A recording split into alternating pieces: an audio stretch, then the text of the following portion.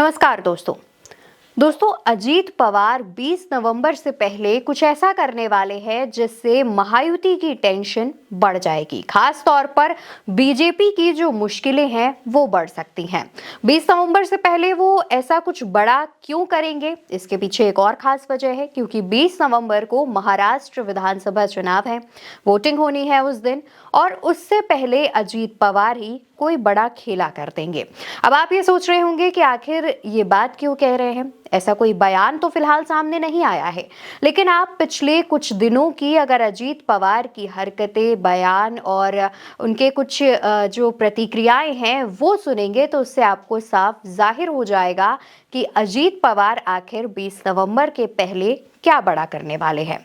सबसे पहली बात यहाँ पर जो गौर करने वाली है दोस्तों वो ये है कि अजीत पवार ने योगी के बटेंगे तो कटेंगे नारे का विरोध किया था। खुद को भाजपा के इस नारे से किनारा कर लिया था। आप भी जानते हैं किस तरीके से भाजपा झारखंड और महाराष्ट्र दोनों ही राज्यों में बटेंगे तो कटेंगे नारे के साथ आगे बढ़ रही है। इस नारे के साथ लगातार रैलियां, जनसभाएं कर रही है। लेकिन जब महाराष्ट्र में चुनाव प्रचार करने उत्तर प्रदेश के मुख्यमंत्री योगी आदित्यनाथ पहुंचे थे और उन्होंने दोबारा से अपने नारे बटेंगे तो कटेंगे का वहां पर प्रचार करना शुरू किया था, क्योंकि वो अब भाजपा का फेस बन चुका है। ये जो नारा है वो भाजपा का फेस बन चुका है। उसके बाद अजीत पवार का एक रिएक्शन सामने आया था जिसमें उन्होंने ये कहा था कि महाराष्ट्र में ये सब नहीं चलेगा, महाराष्ट्र की जनता इस तरीके के नारे बर्दाश्त नहीं करेगी। इसी को लेकर के उनका एक बयान भी सामने आया था। इसके बाद जो एक दूसरा पॉइंट है दोस्तों, जो समझने वाली बात है वो ये है कि योगी और मोदी की जो रैली है वो अजीत पवार ने बारामती में नहीं होने दी थी। दोस्तों बारामती वो सीट है जहां से अजीत पवार चुनाव लड़ रहे हैं। इसके अलावा एनसीपी के जितने भी उम्मीदवार हैं, एनसीपी अजीत गुट के जितने भी उम्मीदवार हैं, उनके समर्थन में भाजपा के स्टार प्रचारक खास तौर पर मोदी और योगी रैली करने नहीं जा रहे हैं।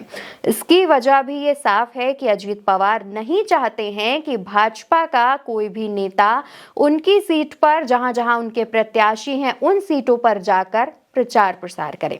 इसके पीछे एक खास वजह है क्योंकि भाजपा हिंदू मुस्लिम की राजनीति करती है और अजीत पवार किसी भी कीमत पे ये नहीं चाहते हैं कि उनके जो कोर मुस्लिम वोटर्स हैं या उनके जो वोटर्स हैं वो भाजपा की वजह से उनसे बिछड़ जाएं या उनके पक्ष में मतदान ना करें।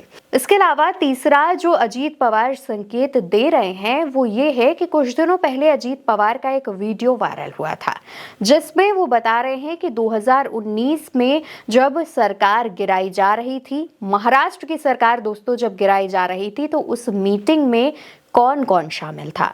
उन्होंने कई लोगों का नाम लिया जिसमें अजीत पवार ने खुद का नाम लिया, फडणवीस का नाम लिया और एक बड़ा नाम लिया जिसने हलचल पैदा कर दी, वो था अडानी का नाम।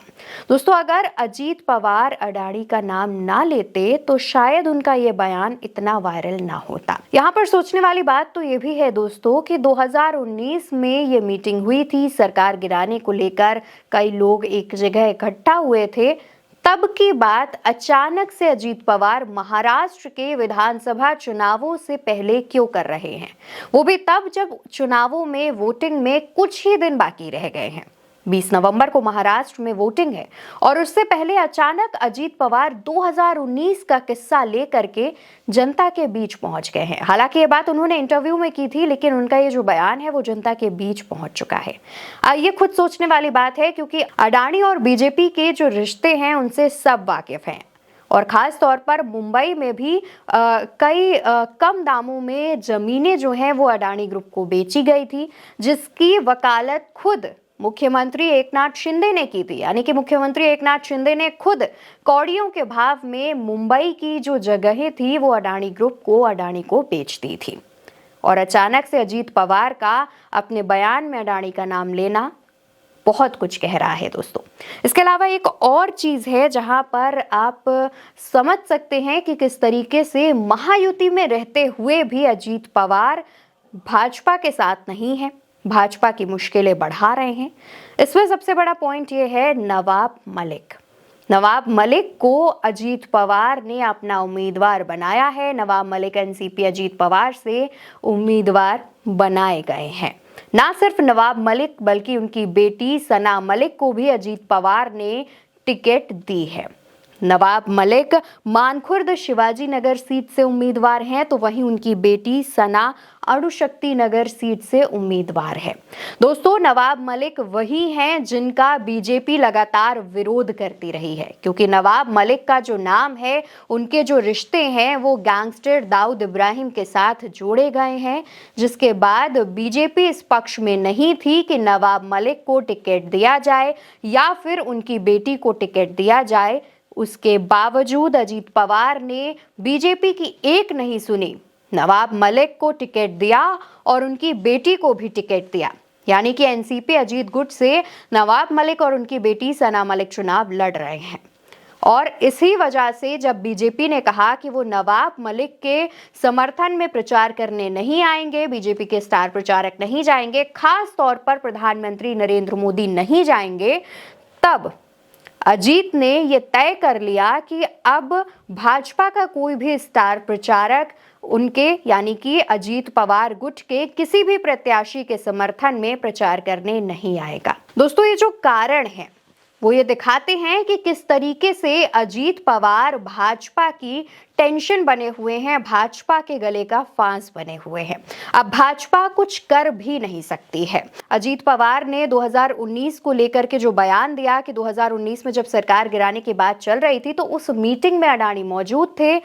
इस बयान के बाद भाजपा जो है वो इस बात से मुकर भी नहीं पा रही है, क्योंकि मुकर जाएगी तो महायुति के जो सहयोगी हैं अजीत पवार, वो गलत साबित हो जाएंगे और इससे साफ पता चल जाएगा कि महायुति में कुछ सही नहीं है।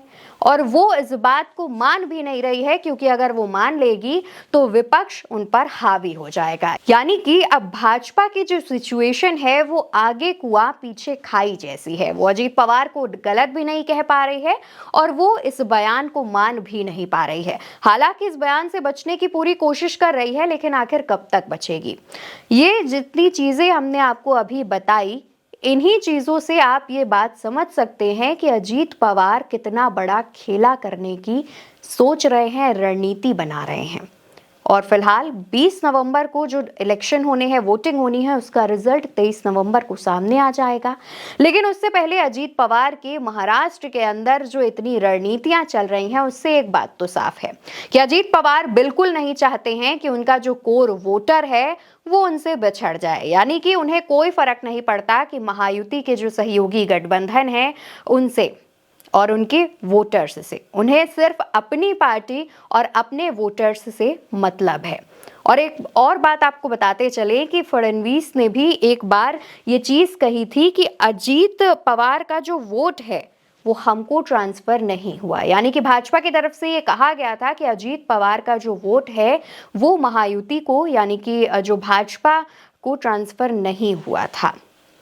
इससे एक बात तो साफ है दोस्तों कि महायुति के अंदर तो वैसे भी कुछ ठीक नहीं चल रहा है, लेकिन बहुत जल्द अजीत पवार कुछ बड़ा खेला करने की तैयारी में है। इस वीडियो में इतना ही। फिलहाल जुड़े रहिए हमारे चैनल उल्टा चश्मा यूसी के साथ।